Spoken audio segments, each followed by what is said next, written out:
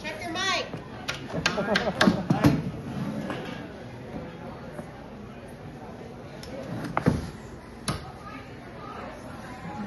Friends.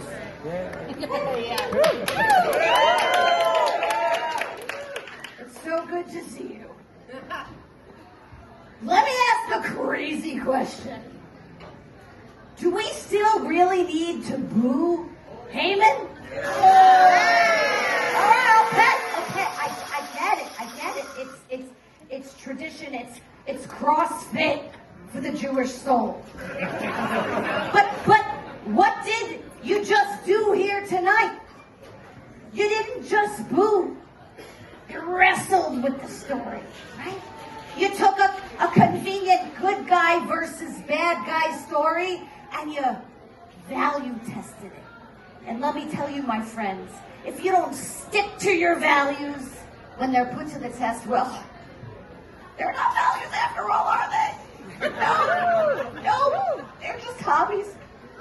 Yeah. Now, sure, it's easy to extend sympathy to Mordecai, great PR team. Vashti, way ahead of her time. But this guy right there, tough booking. And I get it. Bullshit is everywhere, right? You just want to point at it and go, there, that thing. That's the problem, right?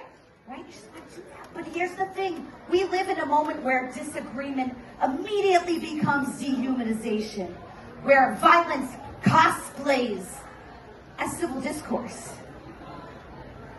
But if every story ends with the destruction of the other, like this very story we're retelling tonight, you know it ends with 75,000 people, innocent Persians, died at the hands of the vengeful Jews, right? Yeah. So if every story ends with the destruction of the other, well, there's going to be nobody left. Yeah. We call ourselves the people of the book, right? We got the Bible, we got the Megillah, but that's just PDF. We're the shared doc, right? We can edit, we can revise, we can argue in the margins, we bold aggressively, right? And that matters. That's evolution. Because every time we retell this story, we reveal something new, a hidden pain, a buried courage. Now, we can't fix the past, but we can decide how we respond to the future going forward. We can't, when we chant the Megillah, we're not just retelling the story of Purim, we're not just booing Haman.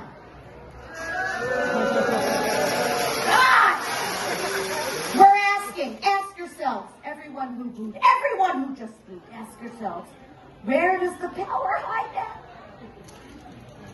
When Passover comes, we're not just reenacting slavery. We're asking, who's trapped? And listen, I'm not a good enough actor to pretend I'm not confused. This is confusing. This is a confusing time to live in. But maybe.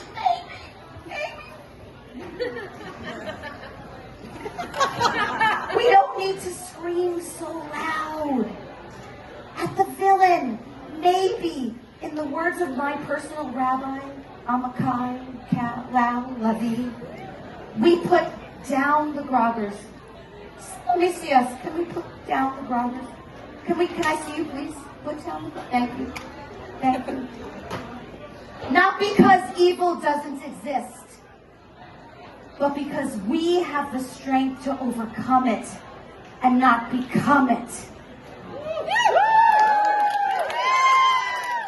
So as long as we keep retelling our story with honesty and with humor and with courage, hope has somewhere to live. Look, I'm not saying you have to agree with me. I'm just saying you have to admit that I'm right.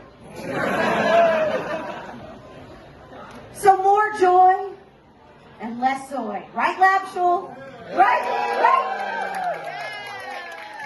Well, well, well. Weren't you just a happy little accident tonight? That was very Esther of you. That's funny, that's my drag name. I gotta say, Mr. John, may I, yeah? That was quite a moment of zen. Now, Mordechai, you are obviously a very important and powerful voice in this story, as we all are. And the question remains, as we move through this circle and the stirring continues, can we give it a try? All right. It sounds like maybe it's time to try to put down the grogger.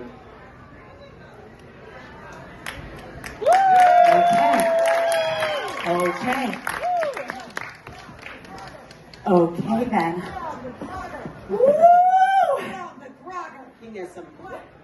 I see you. I see